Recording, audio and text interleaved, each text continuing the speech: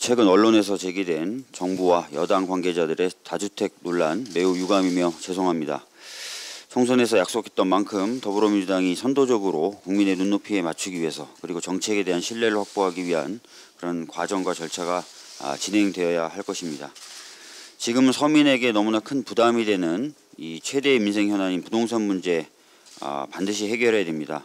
실수요자 보호하고 투기는 억제하는 실효성 있는 부동산 정책을 반드시 만들어내겠습니다. 민주당뿐만 아니라 미래통합당 역시 공당으로서 부동산 문제 해결을 위해 함께 노력해야 합니다.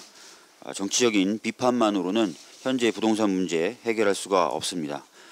미래통합당이 상임위 위원 명단 이미 제출했으니 하루속히 관련된 입법을 위한 논의를 시작할 것을 제안합니다.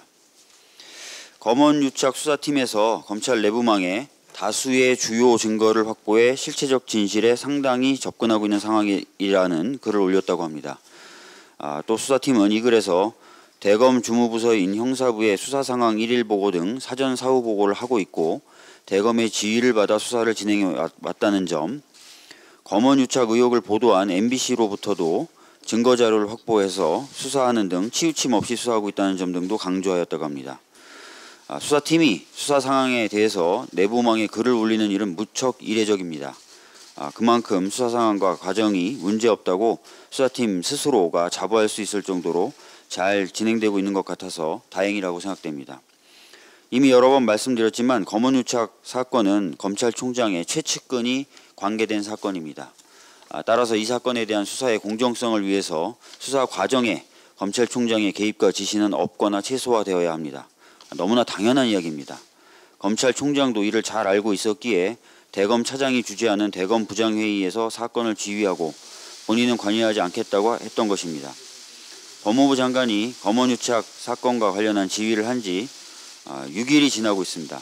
아직 대검에서는 장관의 지휘에 대해 어떻게 하겠다고 명확하게 입장을 밝히고 있지 않습니다. 수사팀도 수사가 잘 진행되고 있다고 하고 검찰총장 본인도 수사지휘에서 빠지는 것이 좋겠다고 생각했었던 만큼 검언유착 사건 수사와 관련된 장관의 지휘는 내용적으로도 전혀 문제가 없는 것입니다. 검찰총장은 측근에게 면죄부를 주겠다는 것이 아니라면 법무부 장관의 지휘에 속히 응해야 할 것이고 수사 방해로 오해받을 수 있는 일체의 행위를 중단해야 할 것입니다.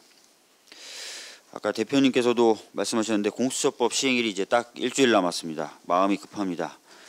저는 어제 공수처 설치 현황과 과제에 대한 토론회를 주최했는데요. 제대로 지금 국회가 준비를 하고 있느냐라는 따끔한 질책도 시민사회와 학계로부터 들었습니다.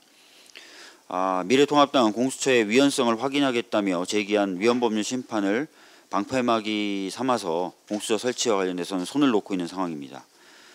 국회가 공수처법 시행일을 일주일 앞두고 아무런 역할을 하지 못하고 있는 것은 명백하게 직무유기라고 할 수 있습니다.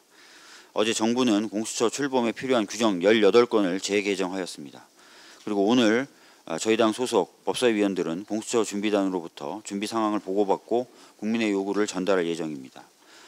아무쪼록 국민 절대다수의 지지로 출범하는 공수처가 입법의 취지대로 제때 제 역할을 할 수 있도록 야당의 적극적인 협조를 부탁드립니다. 이상입니다.